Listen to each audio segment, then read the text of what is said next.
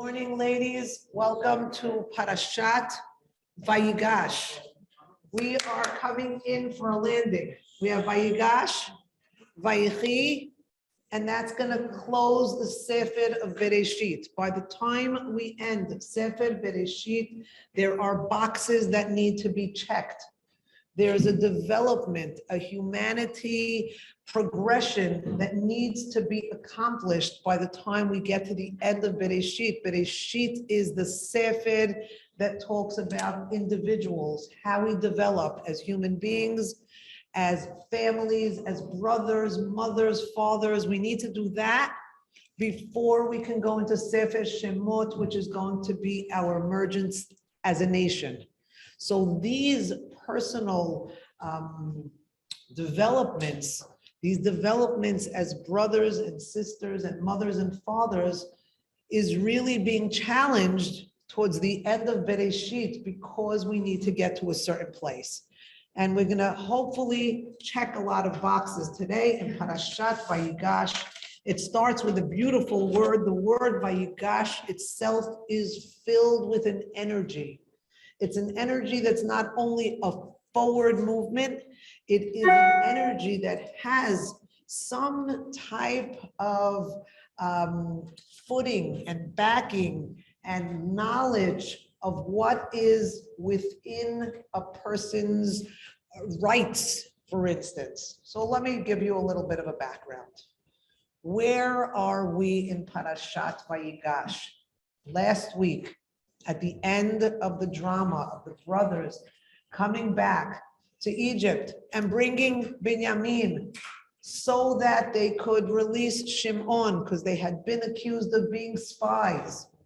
At the end of last week, when we think we're just about to cross the finish line, we're going to get our happy ending. What happens is they saddle their donkeys, they're heading back. They're this close, they're heading back to Canaan to bring all the food to their father, and our entire story comes to a screeching halt. What happens here is Yosef says, nobody move, my goblet is missing. His special cup that he had made them believe had mystical powers, his special cup for divination went missing. The brothers are accused. They're so sure that they didn't take it that they give the death sentence to anybody who did take it, and the rest of them are willing to be slaves to Yosef. They're so sure, and of course he's not Yosef to them, the viceroy. They're so sure that none of them had taken it. It starts to sound a little bit similar to the Yaakov story when he's so sure that nobody in his house has Lavan's terafim that he makes all of these assurances, and in the assurances he says, and many of the commentaries say that's why Rachel passed away, is because Yaakov was so sure that she didn't have that artifact. Anyway, to fast forward the drama, everybody, and it is a drama because they open the sacks from the oldest to the youngest. So the drama's building. They know that they're one sack away from being vindicated. And then in the last sack, of course, they open it up. It had been planted in his, in Binyamin's sack, and they don't know what to do with themselves. They are doomed at this point. Imagine the man who gave them food, who gave them back the money that they had paid for that food, who had accused them of being spies, but they dodged that bullet. They bring down Binyamin, the very child that Yehuda had given his assurances for. Anochi ervenu, he says, I will be responsible for him. Miyadi tevakshenu, you could ask of him from my hands, he had told his father. His father, Yaakov, didn't want to send down Binyamin. Truth of the matter is, the brothers didn't have a good track record. He sent them down, Shimon got taken. First of all, he sent them years ago, 22 years ago. Yosef mysteriously disappears. Supposedly he was mauled by a wild animal. They go out again, Shimon goes missing or gets taken prisoner. Now you want me to send you Binyamin? And sure enough, what are they doing? They're hyperventilating because Binyamin is now the one who's caught red-handed with the viceroy's most treasured possession. He literally got caught with his hand in the cookie jar. What are they going to do? Manomad, manitz dadak. What can we say? How can we vindicate ourselves? There is no, you can't, no lawyer is going to take this case. You don't have a case. The man who made sure that your family didn't die of famine, that's how you show your thanks. That's how you show your appreciation. You take his most prized possession, you hide it amongst your belongings, and you try and steal it. There's nothing left to say, and that's where we find ourselves in the beginning of this week's parasha.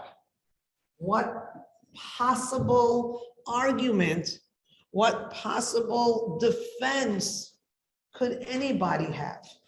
And that's what makes this Torah so beautiful, because it's going to teach every one of us here a lesson. And it starts on page 250, Parashat Vayigash, which is chapter 44 in verse 18. Vayigash elav Yehuda. Those three words say a mouthful. Vayigash, we're still going to figure out what that word means exactly. In English, it's going to say, and he approached. Who does Yehuda approach? You guys are so smart and so sharp, and you read so much Torah that you know already that the star of the show up until now has been, who's been playing the leading role? Yosef.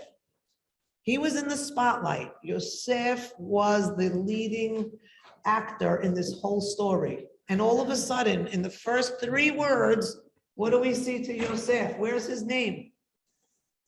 Nowhere. Vayigash elav. He became a person that doesn't have a name.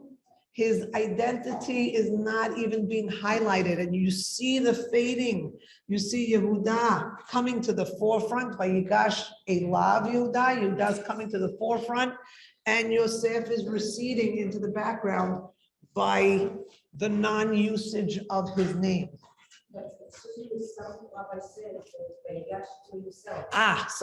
I'm glad you said that, because that was going to be my next comment. Beautiful, thank you. Alana, right?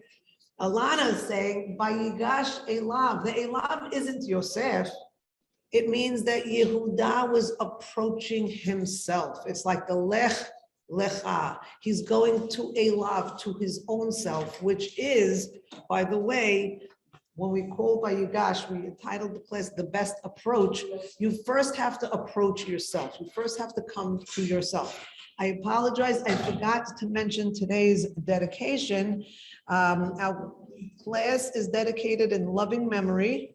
Leilui Nishmat Milo Dweck, Milo Bat Latifa Alav HaShalom, by her daughter, our friend Linda Shama. Thank you, Linda, for your dedication. We appreciate if anybody ever wants to dedicate any classes. You can call Jessica, you can call me, and I can direct you. So going back to today, and I'm glad that it's dedicated in memory of her mom, because a lot of what we're going to learn today is how we move forward, how we approach, how we become a Vayigash, is by connecting to the past. You cannot move forward. You cannot make a Vayigash. You cannot make an approach. You cannot get to the next level unless you take a step back first, or at least a glance backwards. That's what Yehuda is going to do, because otherwise his soliloquy is not going to make any sense to us. If we jump into the scene, what on earth does the viceroy need to hear about Yaakov's and Yehuda's history? He's not, all he cares about is one thing. He had a goblet and it was stolen. If you don't mind, this is not a time for you to take me down your memory lane with your family. I'm not interested in that. That's really would be the honest way to approach this situation. But because our story starts with this word Vayigash, the rest of us in the room here already know where Yehuda is going with this. What's his plan? So he huddles with his team of lawyers and they go through all the options, and he doesn't have many. Maybe he has no options, but he's wise enough to know one thing. He's wise enough to know that Vayigash, when he's approaching, he's not coming in alone. It's not just him and his brothers who are entering the courtroom. It's never us alone entering any courtroom. When we enter into a precarious situation, we're always bringing with us, answer what's the next few words I'm going to say. What are we bringing with us? I'll give it to you in 2 words, might be easier. Zechut avot. We're bringing our ancestry with us. When I walk in a room, I'm not just walking, I'm walking with today physically and literally with my mom. But wherever we go, wherever any of us goes, the first question, who are your parents? Who are your grandparents? I knew your uncle. We are never just our own selves. We are the product of an entire line of history.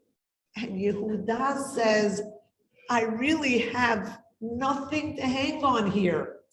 So I'm going to build my defense and I'm going to channel all of my ancestry and hope and pray that maybe I am not worthy of getting into this mess that we've find ourselves in.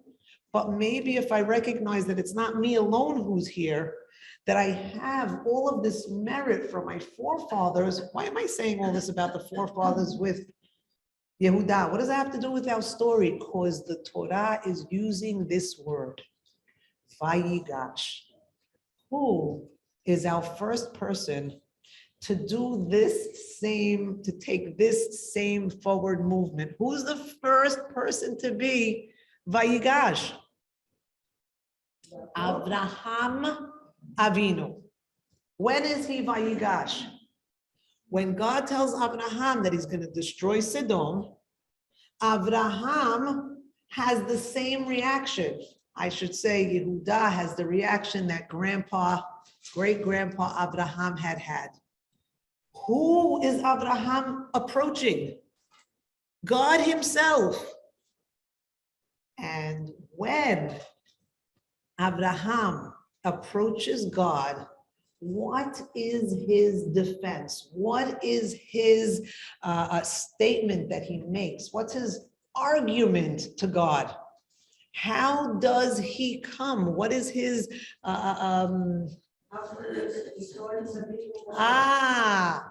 the question he asks is ha'af tispet tzadikim rasha, excuse me, God, ha'shofet kol ha'aretz lo yaseh mishpat. Let me get something straight, says God. Says Abraham, God, you want to consider yourself the judge of the world, and yet you're prepared to destroy an entire civilization? There may be some innocent victims. There may be some tzaddikim in Sodom. If you're a judge of the world, where's the justice? How could you allow a tzaddik to be destroyed together with those rishaim? And then he goes through the whole negotiations. Okay, God, what if I find? And God says, make me an offer. Abraham says, okay, how about if I find 50 tzaddikim? God says, you got it. Can't find them. How about if I find 45? God says, knock yourself out. 40, 30, 20. He can't find 10 tzaddikim. And who ends that conversation? Abraham stops asking. He realizes that if I can't find 10 tzaddikim in an entire city, what's the likelihood that I'm going to find one tzaddik in that city? But back to this Vayigash. Why does Yehuda use this language? Because when he's coming to Yosef, now we'll understand his defense. When he's coming to Yosef, you know what he's saying? Yosef, Binyamin may be the guilty party, but if you incriminate him, if you incarcerate him, then you will be destroying a tzaddik together with the rasha. You'll be destroying the good together with the evil, and maybe that's why he goes ahead and gives him this whole story and takes the viceroy down memory lane, which he could care zero about. Let's look at the story that he tells now. So with this mindset, with the mindset that Yehuda is coming to the Pharaoh the way God was approached by Abraham, that's how we're going to read this. So Vayigash elav Yehuda, Vayomer, Bi Adoni. We should take 1 minute and say that this word Adoni, my master, allows for a dual reading. On the one hand, Yehuda might be approaching his master, who we know to be Yosef. But when we see this word Adoni, which is spelled like Adonai, and if you want to go with Ilana's interpretation that he was going by Vayigash elav, he was digging deep, he was doing a soul search, he was going to his own internal purest self, then whom might he also be speaking with? Adonai. So as we're reading these words, there's a lot of balls to juggle.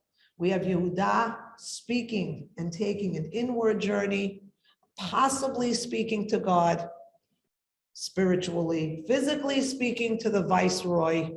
And this is what he says. Daberna avdecha davar. Please allow your servant. So he's taking now the role of servant. Is Yehuda really a servant?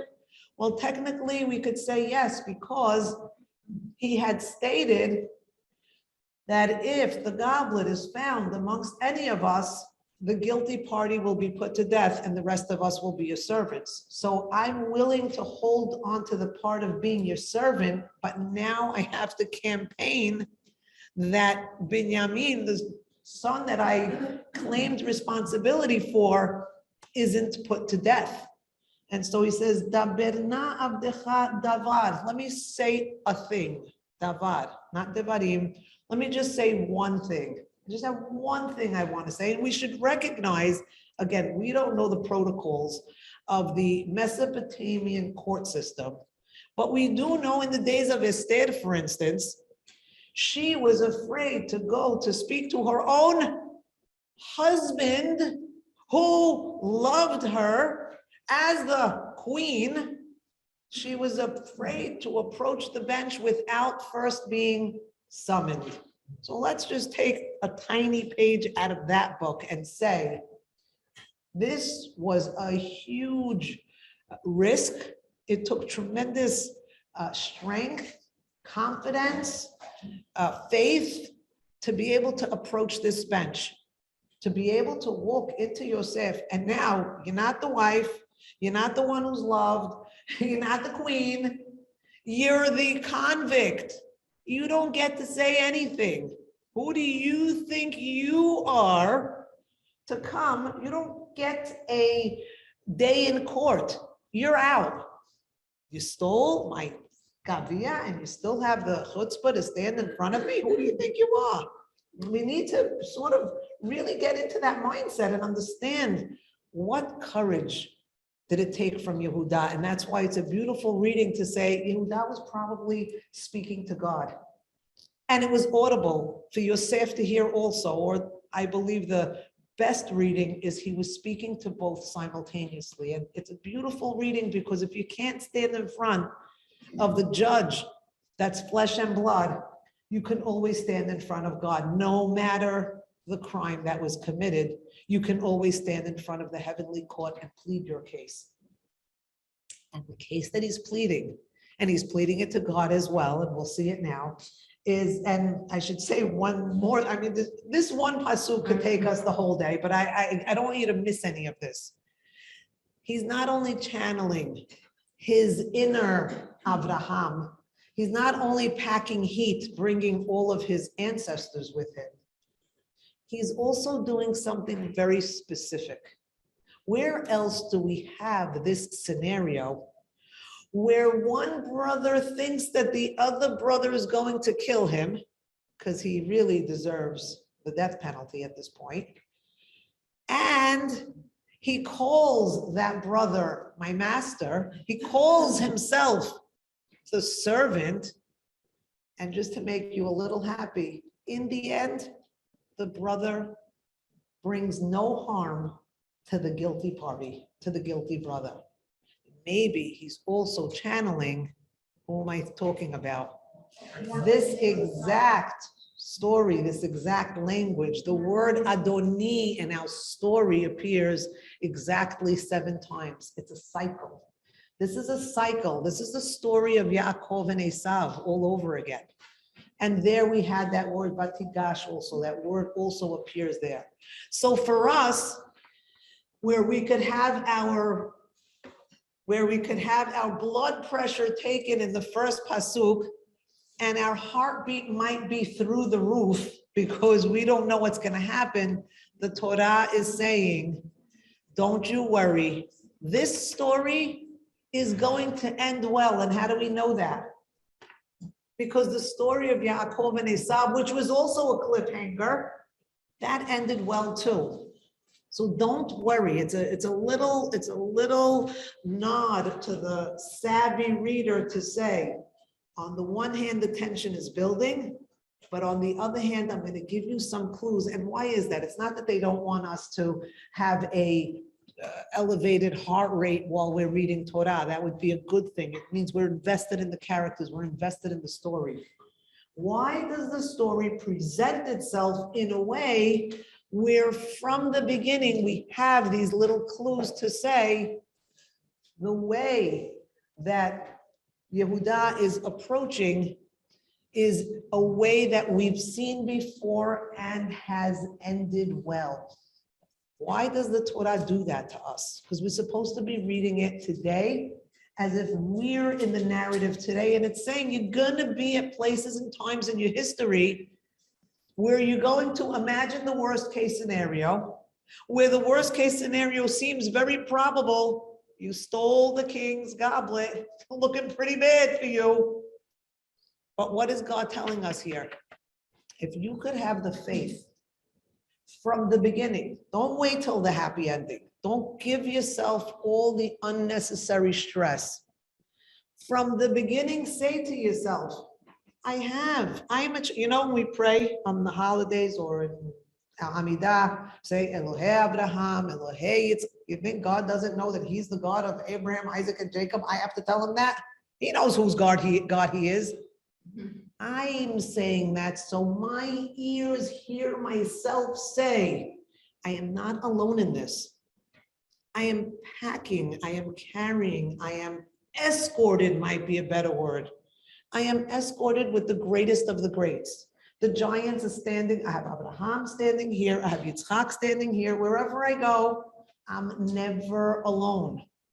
If I know that, then I'll already anticipate the happy ending and save myself the wrinkles and save myself the kishkis and save myself the stress and the anxiety that comes along with not knowing the outcome. So we have 2 choices. Because what Yehuda is going to do is tell us another message, which is even if the situation seems hopeless, which it seems pretty grim and hopeless at this point. They're in a foreign country and committed a heinous crime. It's pretty bad. Even if the situation seems hopeless, you always have to make your best effort. Give it your best shot. Give it a shot. Take a tiny step forward. What does God say? All you have to do is Vayigash. Show up. Show up. And what does God say? I may even put the words in your mouth for you. You may not even know what you're going to say. But if you stay under your covers, you're not going to get anywhere. Show up and you'll see what happens, because nobody could have predicted. Again, I always say that it's a handicap for us that we already know the end of the story. So we take a lot of it for granted. Yes, Yehuda came and he did it. No, at the top of page 250, the words game over are on the screen. You could unplug it, it's dead, it's done for. And the Torah comes in and says, no, that's not the story. There's a whole nother story here for us today, for our history, for the trajectory of where God wants the world to go. And that's what God's going to tell. That's what Yosef is going to tell the brothers. You think you're in control of all this? God's the one who sent me here. So let's get things in perspective. But going back to this story, there are other protocols in place that the Torah is giving us. He says, Yidaberna avdecha davar be'ozne adoni. Why does he use these words? If I want to say something to you, do I have to say, let me say something to your ears? No. What else am I speaking to? Your belly button? Of course I'm speaking to your ears. Why do I have to use those words? Be'ozne means what? Moznayim. Oznayim. We always say this. What is the inner ear? The inner ear is the place for balance. He's telling Yosef, and he doesn't know it's Yosef. He's saying, what I'm about to say, please weigh my words carefully and allow them to balance, because what he's going to want to be balanced is this next phrase, what he's going to say. He says, please don't be angry with me. And why might he be angry? For all the reasons we gave. Who do you think you are? And then he does this. And I hear this phrase often, and I love it, where they say flattery will get you everywhere. Ki kamocha keparo. I know you, Yosef. I am aware. I know we're not chummy chums. I'm not approaching you as my buddy. I know that speaking to you is on the level of speaking to Paro.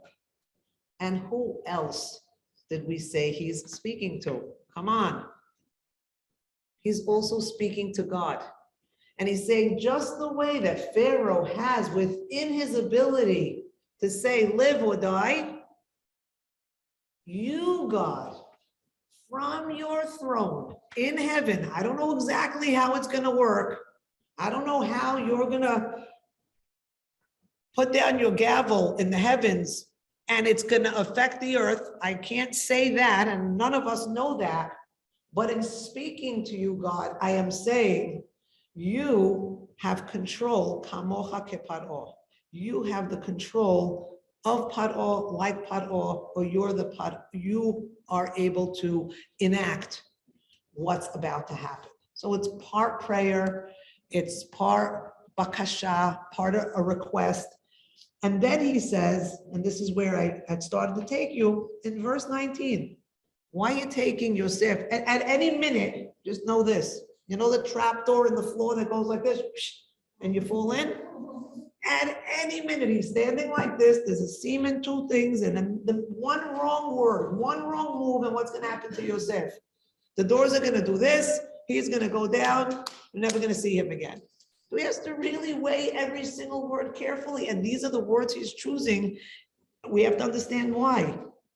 It sounds even a little bit accusatory towards the viceroy. Adoni, but he says it in a nice way. You're the master. You're the one who asked me, your servant, and you said, do you have a father? Do you have a brother? And we told you we have a father that's old, and we have a Yeled Zekunim Katan. We have this small little child who is his father's, we'll call it favorite for now. He's the one who services his father, which usually was the favorite child. Who are we talking about? Binyamin, good. And then he says, Ve'achiv met. And that favored child, that Binyamin, had a brother, but his brother died. Why is Yosef allowing Yehuda to keep speaking? He's finding out a truth. He's getting information that probably was haunting him and plaguing him for 22 years, which is, why did nobody come looking for me? I went out to the sheep. That's all he knows. He knows his father sent him out to be with his brothers. As far as he's concerned, his father might not know if he ever made contact with his brothers. He doesn't know that his father got a blood-stained coat, assuming that Yosef was mauled by a wild animal. This blank spot in Yosef's head that he probably replayed time and time again, which was why? How come nobody came looking for me? I went missing. Look, I know it's a big world, but it's also a small world. Ishmael lives right next door to Mitzrayim. Yaakov was a wealthy man. He had many contacts. He could have very easily sent word, and somebody along the way would have connected some kind of dots for him, except that now he's hearing Yehuda say, what? What did they think happened to me?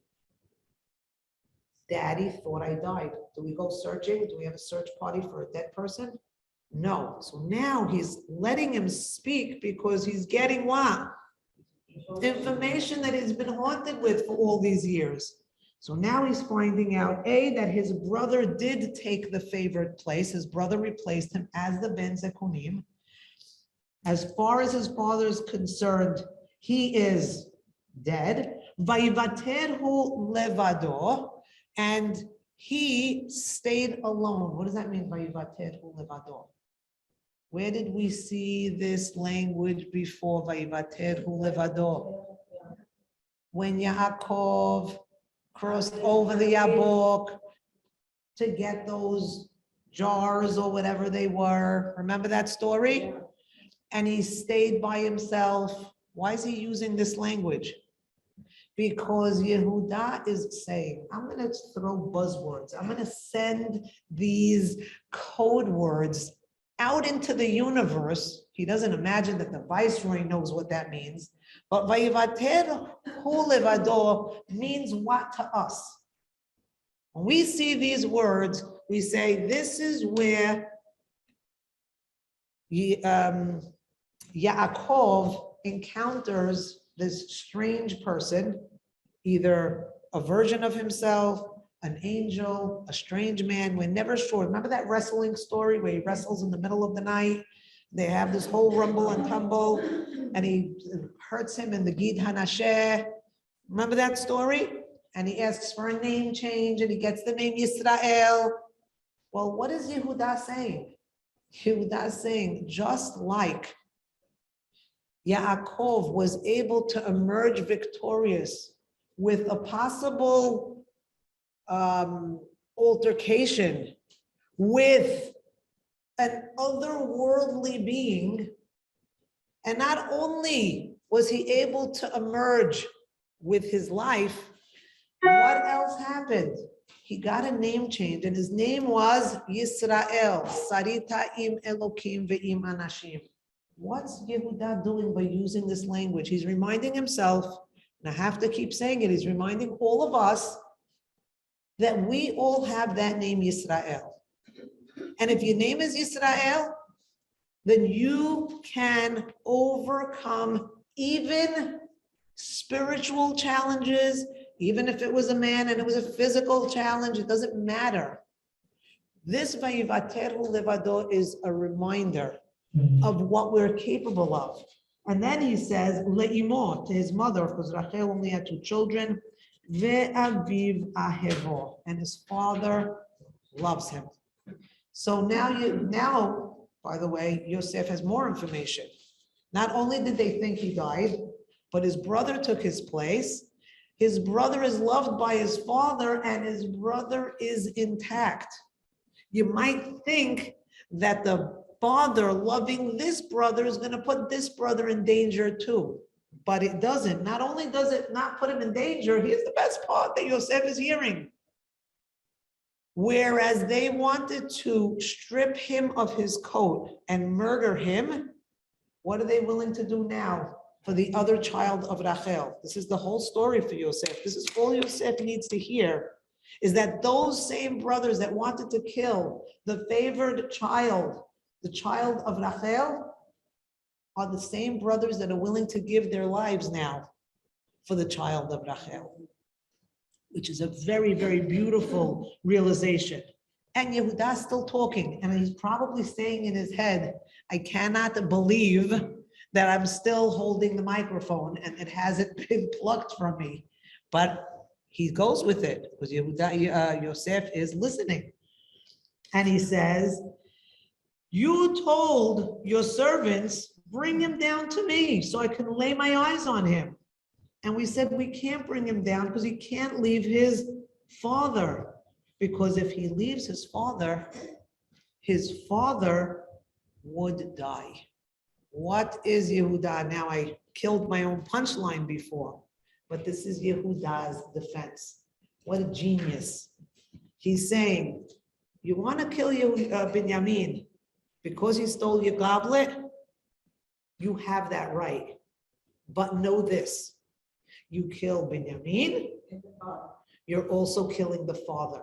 Do you, the shofet of the Aretz, we know Mesopotamian region was the epicenter, the superpower of the world in its time. And you are like Paro, so you are the leader of the greatest power on the universe. Do you want the blood of an innocent man on your hands? Are you prepared? Because you may not be aware that murdering Binyamin, you're going to be murdering his father as well. And his father did what? Absolutely nothing. What a defense. This guy should, I would hire him. That's the smartest defense I ever heard in my whole life, because there is nothing to say. Mano marben, manitz tadak. There was no way to dance yourself out of this tight spot. And so he says, Vatomer elavdecha, but you told us, you gave us no choice. And you said, if you don't bring your brother down, your little brother, you don't bother seeing my face again. And that's why we went up to our father. We told him all the words of our master, of you. And our father said, go back and bring some food. And we said, but we can't go back and bring some food unless we bring Binyamin with us. Because he said we can't see his face unless we have Binyamin. And now Yehuda takes personal responsibility. And he says, Vayomer Abdecha, oh no, Vayomer, I apologize, I'm in verse 27.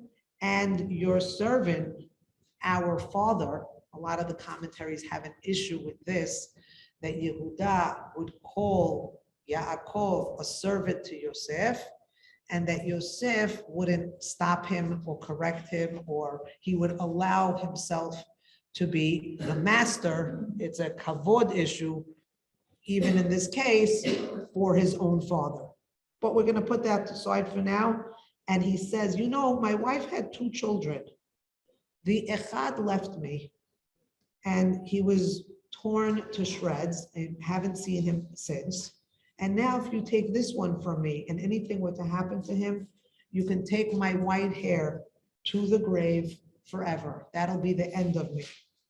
So now Yehuda is saying, when I come to my father, your servant, and this lad isn't with me, you should know one thing. Their souls are tied together. Nafsho keshura benafsho. What does that mean? Their souls are tied together. You kill one, you kill the other. And when he sees that the lad isn't here, he will die, and his white hair will go down to the grave. And then he says about himself in verse 32, I, Eirav. Eirav means I am the collateral for this child to my father. And I said, if I don't bring him back to you, I will be sinning to you all the days of my life. So please allow me this. He's not asking to be scot-free. He's saying, allow me to take the place. Take me as your servant, Instead of the Na'ar, I will be an Eved to you, and please allow the Na'ar to go up with his brothers. Because at this point, says Yehuda, I'm a dead man either way. I'd rather be a servant to you than have to face my father. That will be more painful to me. He's expressing the level of grief to just how would he possibly utter the words, Binyamin Eneno. That's worse than a death sentence. Please let me serve you here. I cannot, but I can't even imagine the evil, the bad, that the way that I will find my father in. And at this point, these are the words that change the whole story. I'm not ready to tell you that because this is the next verse, which is verse 1 of chapter 45, is going to be Yosef revealing himself to his brother. Now, I told you when we started the class, as much as Sefer Bereshit is a bunch of stories with suspense, murder, intrigue, romance, pick a genre, mystery. You can really, any genre that you like, you will find in Sefer Bereshit. I myself have, that stomach ache when you're reading the best book in the whole world and there's only 10 pages left. And you're like, you're dying to finish it, but you don't want to finish it because you can't have your cake and eat it too. You can't have your book, you don't know what to do. This is how I feel about Sefer Bereshit. We should know something. It's not just written for our entertainment. Sefer Bereshit is here as a guidebook to give us lessons. And if there's one lesson, if there's one box we have not yet checked, what have we not mastered? What has humanity not yet achieved as we're coming into the second to last chapter of Bereshit? This has been eluding us. We touched on it a little last week. And we said that word, the echad, how it appears 13 times. The numerical value of echad is 13. And so this ever elusive oneness, achdut, the word ach, brothers, is in that word echad. The thing that has been eluding us from Cain and Hevel to Yishmael and Yitzchak to Esav and Yaakov, and now Yosef and his brothers, we haven't been able to master this concept of brotherhood. Achdut, you hear that word a lot. It starts with ach, with brother. Achdut, what does that mean? If we can't relate to our brother, mind you, then we also can't have a healthy relationship with our parental figures. Think about that. Every time there are issues with the brothers, there's a separation between the brother and his parents. Yosef leaves his father, Yaakov leaves his family, Ishmael leaves his family. When there isn't brotherhood, there is a disconnect. And if we want to read this as a parallel reading, it's not just our parents, our flesh and blood parents that there's a disconnect with when there isn't a sense of brotherhood. Who else is there a disconnect with? Our Father in heaven. Avinu shebashamayim. If we can't connect with our brothers, we can't connect with our Father in heaven too. It happens here on earth, but we know that everything that happens here is only a reflection of what's taking place in heaven as well. And so Sefer Bereshit is now panicking and it's saying, this has to work. We can't have a Sefer Shemot until this works. And you know what? I'm sorry to say, the last few words, don't cry. The last few words of Sefer Bereshit, do you know what takes place there? It's tragic. It's tragic because it means that it's a story that's yet to be written.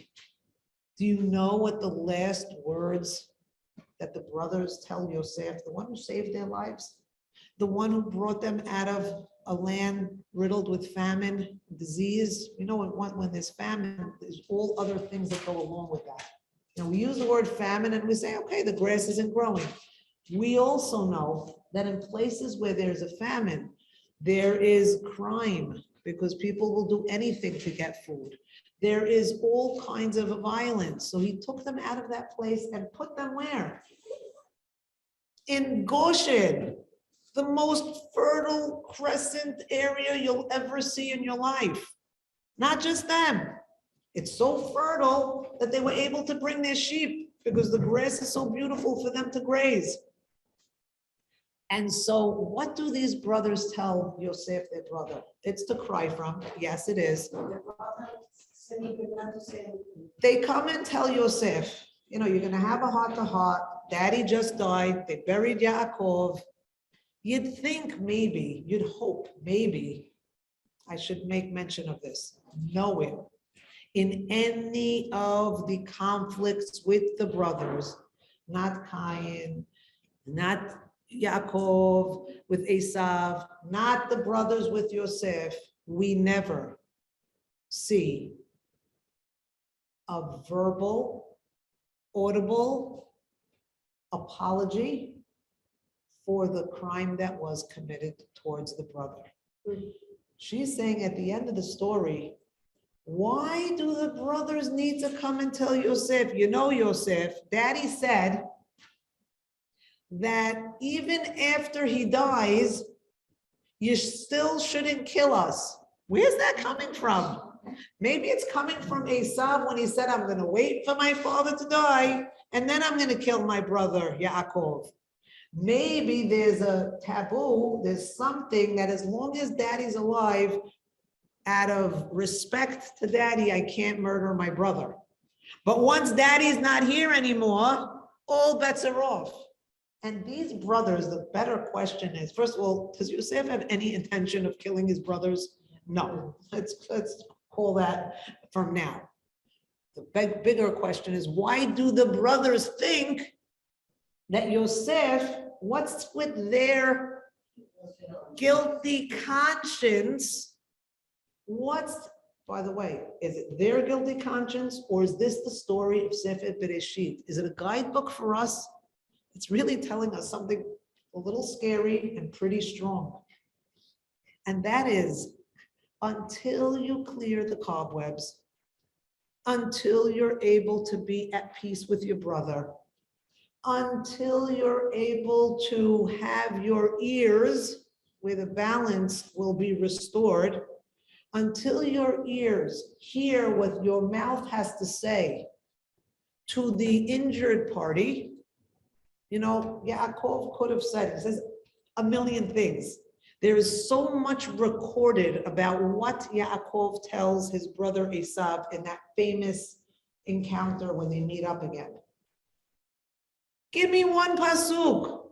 You know, it wasn't cool what I did. I stole your identity. I stole your coat. I posed as you. It was bad. I was wrong. I was young. I see the error of my ways. Could you ever forgive me? We don't look. He could have said it, but it isn't recorded anywhere. And I think if it was said, it would have been recorded.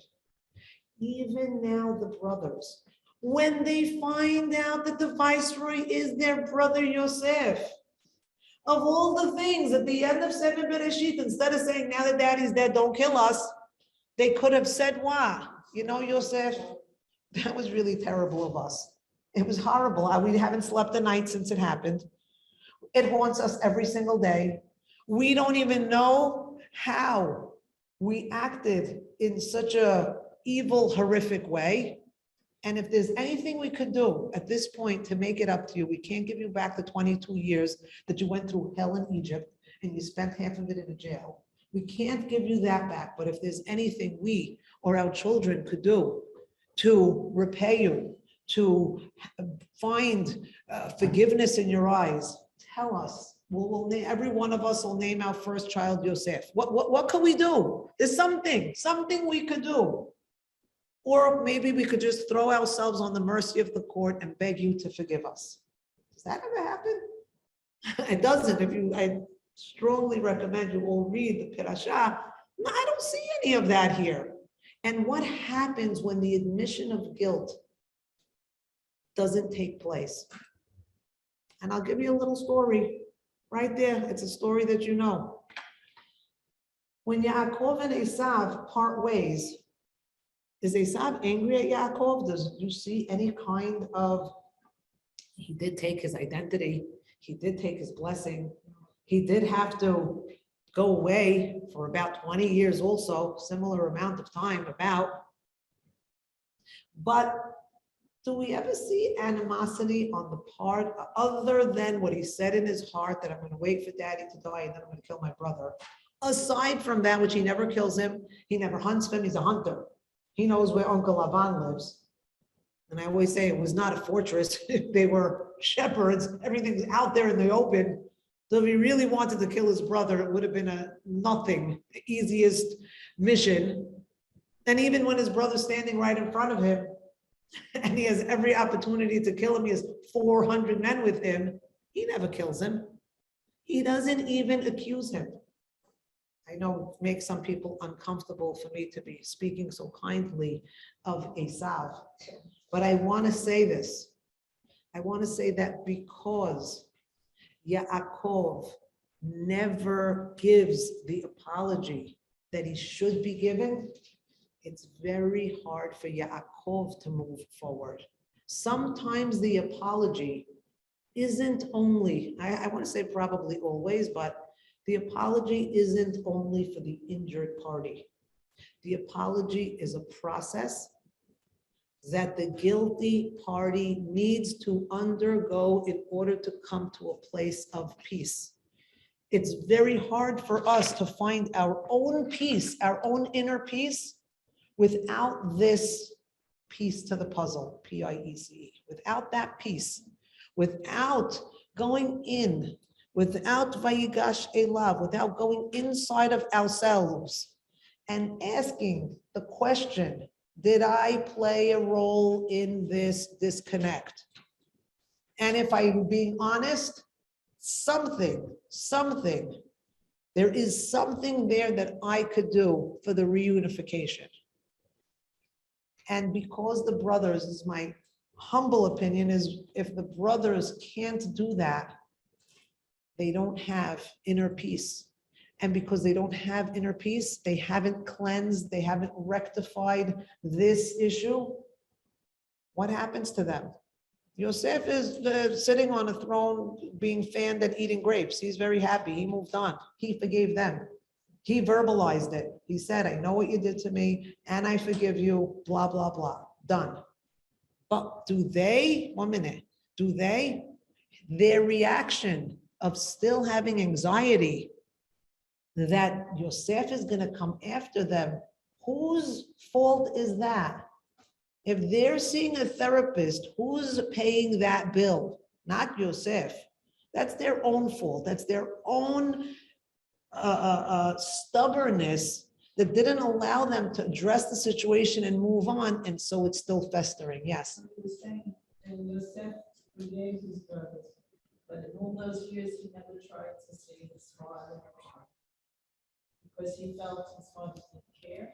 So there's a big debate. I'm only going to touch on it for today. The question is, there's two.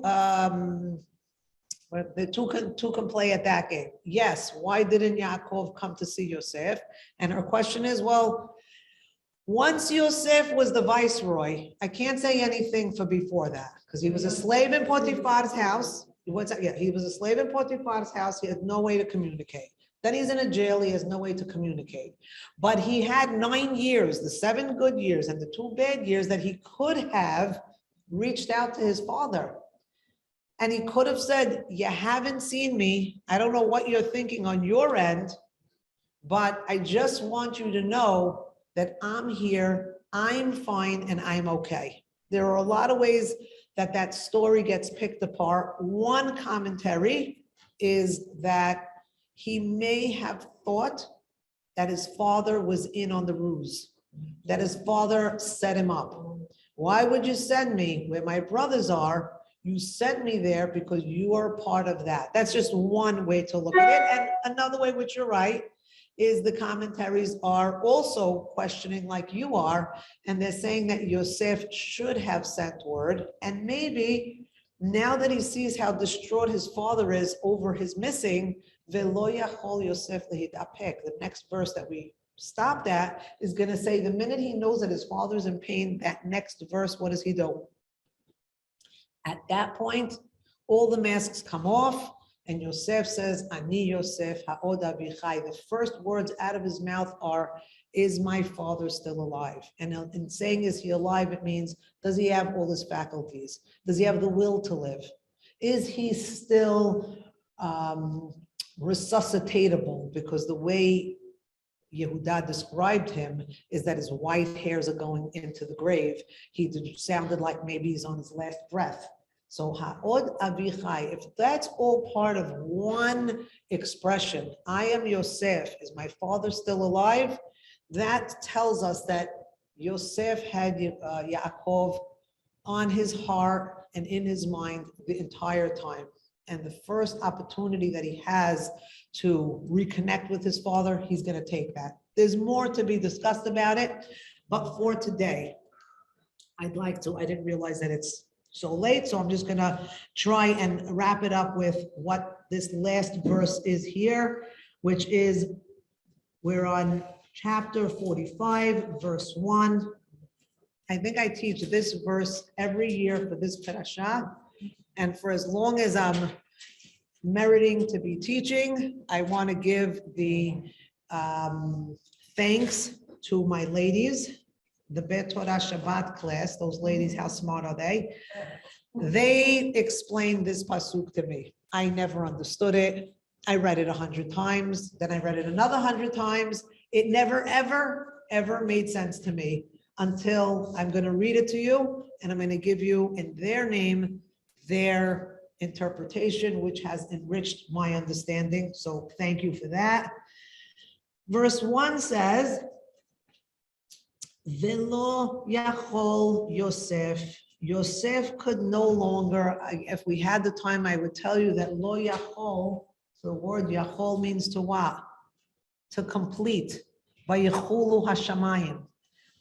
Yosef cannot be completed, meaning as long as he was not in a place of peace with his brothers, he was incomplete. You'd think he has everything. You know, you have one brother who made it. Everybody? Sarah? Sarah, we're in the class, honey. Oh, still? Okay, goodbye. Sorry. Yosef realizes, back to our brotherhood story, there is no vayichulu, there is no completion unless every single brother is accounted for.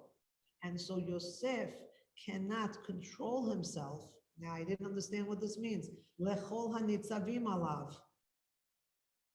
I'll give you what I thought it meant. He couldn't control himself in the presence of everybody who was standing above him. And so he called out, send everybody out from before me. And then no man was standing with him when Yosef revealed himself to his brothers. He didn't want to embarrass them. So most of the commentaries say that he sent out all the Egyptians and he spoke only to his brothers in the company of his brothers without having any foreigners to hear. But why would the pasuk go and say that there was no man? Why do you have to say that? Velo amad ish ito. There was not a single man standing with him when he revealed himself to his brothers. So who's he revealing himself to? An empty room? There's a question on the way the Torah describes, and it's a very momentous occasion. We're waiting for this. This is the drum roll, the moment you've all been waiting for. Yosef is going to take off his masks and he's going to say, you thought you were talking to the viceroy all along? I'm really your brother. This is a big moment, and this is how the Torah chooses to describe it. So my ladies that I love dearly said, Vivien, it was so obvious to them. I wish I came with this to them sooner. They said no. When it says the word nitzavim, that Yosef could no longer control himself, lekol hanitzavim alav, to all those who were, what did we say the word nitzav means? Standing with purpose, with command. The nitziv is a commander, like a matzeva, like a monument. They're so firmly rooted, nothing's gonna sway them. They are very focused. They know exactly what their mission is. That is regarding or referring to the brothers. The Torah is telling us, remember Yosef's earliest dream? Where Kama alumati vegam nitzava, the girl. Remember, Yosef was the one who was mutzav. He was the one who was standing like the king and everybody was bowing down to him. He was in the position of firmness and royalty.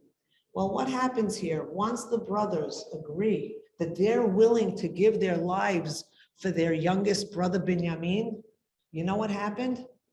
They transitioned into being nitzavim as well. They transitioned into being men of tremendous import. In front of those people, Yosef says, compared to my brothers, I thought I was nitzav over them and they were all bowing to me in my dream. Well, guess what honesty and sincerity could do to a person? It could make them even greater than the king of Egypt, even greater than the Joseph who was their king in his dreams. They just, this was always the story. You know how you, Dorothy, you were always home, you always had the power, you always could have clicked your heels. The brothers all along thought Yosef is the king and we're nobodies. They didn't realize that they have within their own powers to also become nitzavim. They could have their own dreams and they could achieve and fulfill them, which they do. And once they do, and they play the honesty card, and they play the altruistic card, and they play the brotherhood card, at this point, they are brothers par excellence. When they do that, Yosef can't contain himself in front of them. So he says, Hotzi'u kol ish. That's where the commentaries come and say, send out the men, but don't send out the nitzavim. Send out the men, and now you'll read it a little further, and it says, Hotzi'u kol ish me'alai. Send anybody who's an ish. Lo amad ish ito. And an ish in Torah is usually a man of import, right? Vayelech ish mi bet Levi. All those important men. You may all have your titles. You may all have your badges and stars and stripes. You're an ish, but you're not a nitzav. You're not a leader, you're not a ruler. You're not a person who's in charge of their fate and of their destiny. And that's why he says, there was no ish when he revealed himself. Now it's not a contradiction. Regular people, you're out. I don't care how important you are. I don't care if you're the minister of whatever you are, you're not here. The only ones who could be here are the nitzavim, are the ones who have risen to position of being firmly rooted and a counterpart to what it means to be a ruler, to what it means to be majestic. That's what these brothers become at this point. And so for our lesson today, I'd like to say that there's a very strong message here for us. The brothers learn what we are intended to learn. My mom says it all the time. She says it better in Spanish than in English, but it goes something along the lines of the sun shines for everybody. How does that go? Something like that. The sun shines for everybody, meaning just because the sun is shining on somebody else, It doesn't mean that you have to be in the darkness. The sun is big enough. The world is big enough for everybody to be great, for everybody to have dreams, and for everybody to achieve their dreams. It's not me or you. I don't have to knock you out so that I could move forward. Because if we combine our forces and our strengths, and it's me and you, which is what brotherhood is, me and you together are a force to be reckoned with. And what Yehuda is showing us here is, yes, we want to bring our past. We want to bring our ancestors. We want to have Abraham on one side, Yitzchak on the other side, Yaakov leading the way. We want to travel through life with all of those energies attached to us. But we also want to pave the road, and we want to continue what they started.